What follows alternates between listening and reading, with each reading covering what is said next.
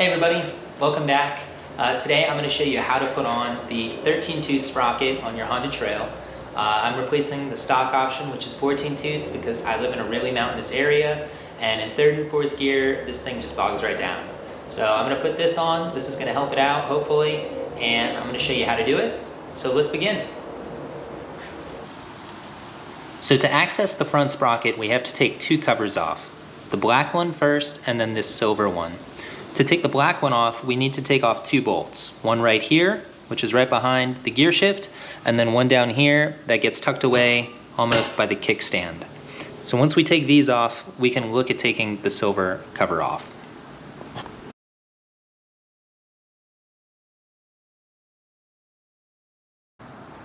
Now with the black cover off, we can address the silver cover. There's two 8mm bolts, one right here and then one down below. And then once those are out, we can remove the cover and get a better view at what we're working with in terms of the sprocket.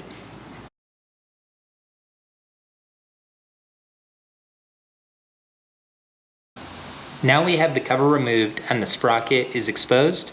You can see that there's just two bolts and then a clip retaining it. Those bolts are 10mm. Mine are marked with white paint because the dealer that assembled mine was really cool and went through and made sure everything that they torqued, they used a paint marker on. So I think that that's really cool to see.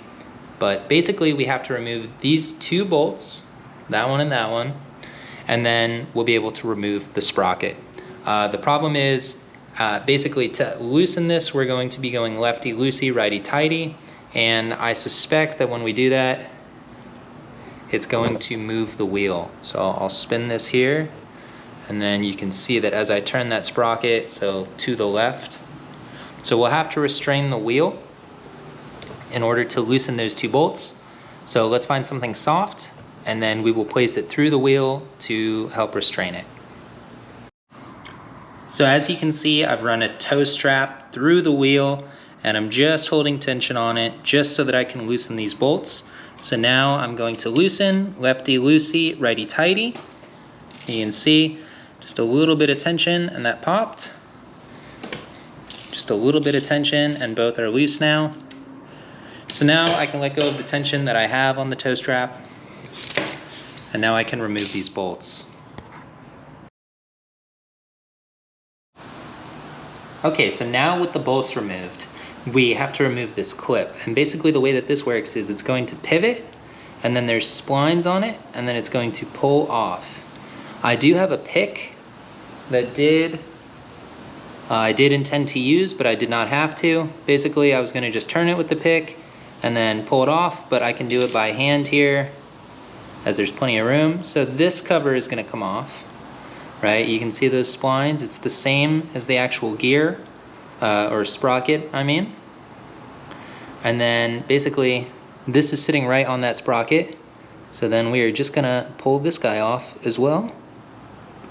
And it's gonna wiggle right off. You are gonna get your hands dirty here, so if you have gloves, I recommend using them. I forgot to pick some up for this. And now that sprocket is off of there and the chain is free. So I'm gonna let the chain rest, and I'm gonna just take this sprocket, and here we go. This is our stock sprocket. It's 14 tooth. Hopefully this focuses so you can see.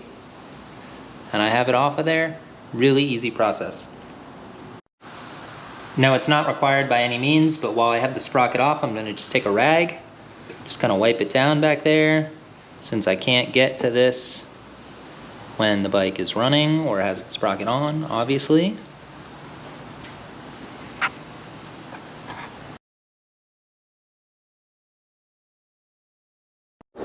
So really quick, I just thought I would explain how this works and how it retains the sprocket. Basically, the sprocket is sitting on the spline. You can see that the spline on the sprocket itself is the same as the spline there.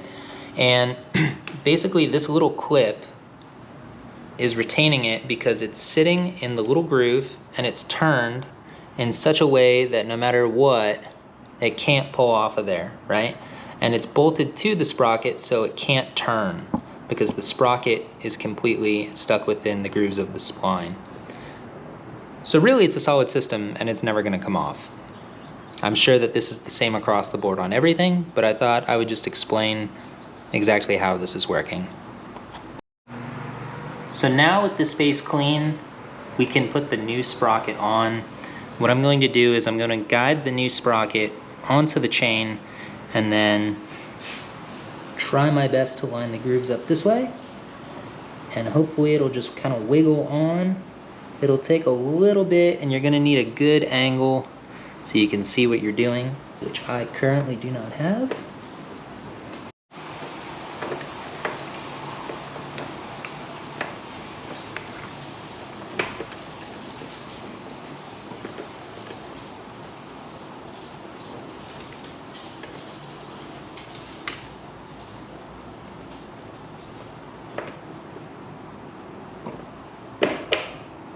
Cool. So now I have the sprocket on and I'm going to push it all the way so that I can take the retaining clip and slide the retaining clip on. And I'm going to turn it so that the holes are aligned. And then I'm going to just pull that sprocket back towards it so that I can get the bolts tight. And before we put the bolts back in, it is worth noting that we are going to want to use a little bit of thread locker or Loctite. I have the equivalent to blue Loctite, which is the JB Weld medium strength thread locker. We want to do this for two reasons. One, we don't want this thing to vibrate and have the bolts back out.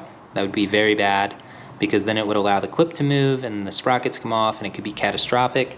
And the other reason is we want to be able to take the bolts back out if we ever want to change the sprocket back to the stock or to a bigger one, smaller one, whatever that may be.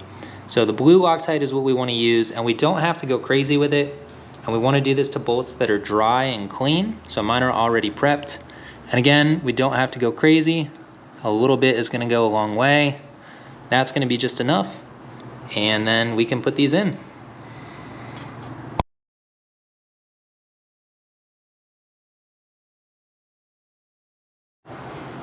It is worth noting that we are going to have to apply tension to the strap again to hold the wheel because now it's going to want to spin to the right as we're tightening righty-tighty, lefty-loosey.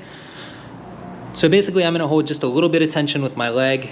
You can see that that's not really going anywhere and it's going to hold that wheel, and now I can tighten these bolts. If I have the wrench going the right way.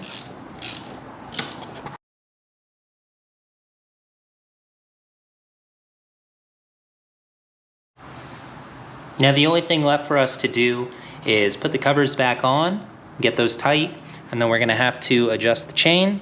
Now that we've put a smaller sprocket on, we have an incredible amount of sag, so we'll have to get that adjusted to the recommended 30 millimeters of free play. If you need help with that, I'll drop a link to my video that explains how to tension the chain on this. Hopefully that'll be helpful. I won't walk you through the whole process in this video, but I will have that link there in just a second.